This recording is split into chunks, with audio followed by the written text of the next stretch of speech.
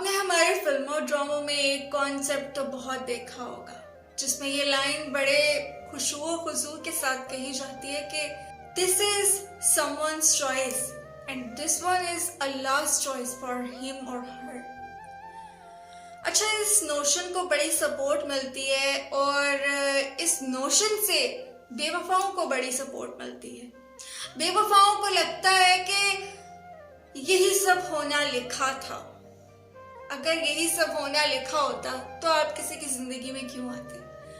اللہ نے اس زندگی میں آپ کو اشرف المخلوقات بنایا ہے تو اس لیے بنایا ہے کہ آپ کو چوائسز کی بیس پہ یہ فیصلہ کرنے کا اختیار دیا ہے اس نے کہ آپ کیا صحیح سمجھتے ہیں، کیا غلط سمجھتے ہیں، کس کو اپنے ساتھ رکھنا چاہتے ہیں، کس کے ساتھ رہنا چاہتے ہیں، کس کو چھوڑنا چاہتے ہیں.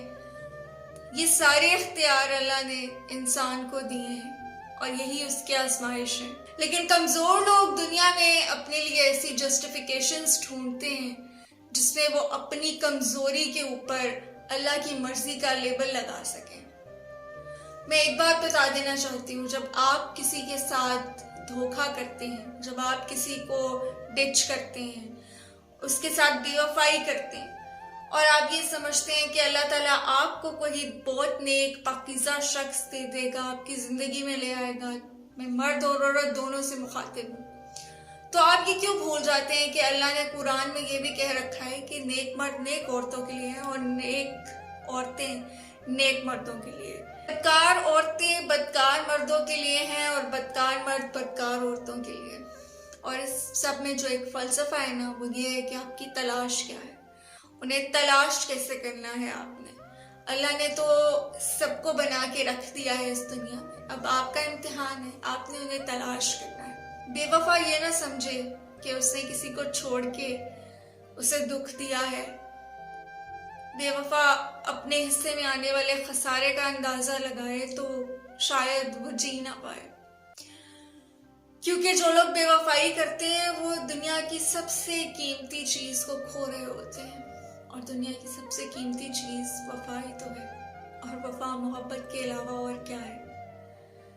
جانتے بوجھتے ہوئے بے وفائی کا ہر موقع ضائع کر دینا اور جس سے محبت کی ہے اس کے لیے اپنے آپ کو وقف کر دینا، وفا ہی تو ہے، حیا ہی تو ہے.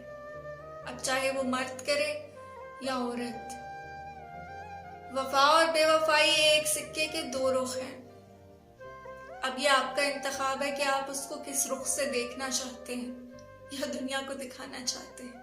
پر میں اتنا کہوں گی کہ جب آپ کسی کے ساتھ زیادتی کر کے اسے دھوکہ دے کر یہ کہتے ہیں کہ دس از Allah's پلان، تو یہ اللہ کا پلان نہیں تھا، یہ آپ کا پلان تھا. آپ نے دھوکہ دیا. دنیا میں شاید آپ کے دل پہ اب مہر لگا دی ہو اللہ نے اور کہا ہو، آپ کو بہت سے موقع دیے ہو کہ آپ سمجھ سکیں، دیکھ سکیں، اپنی غلطیوں کو، اپنے گناہوں کو، ان کا کفارہ ادا کر سکیں، ان کو سدھار سکیں. لیکن آخرت میں آپ مجرم ہی ٹھہریں گے، کیونکہ بے وفائی کے مجرم کو تو محبت کبھی معاف نہیں کرتی اور خدا بھی معاف نہیں کرتا.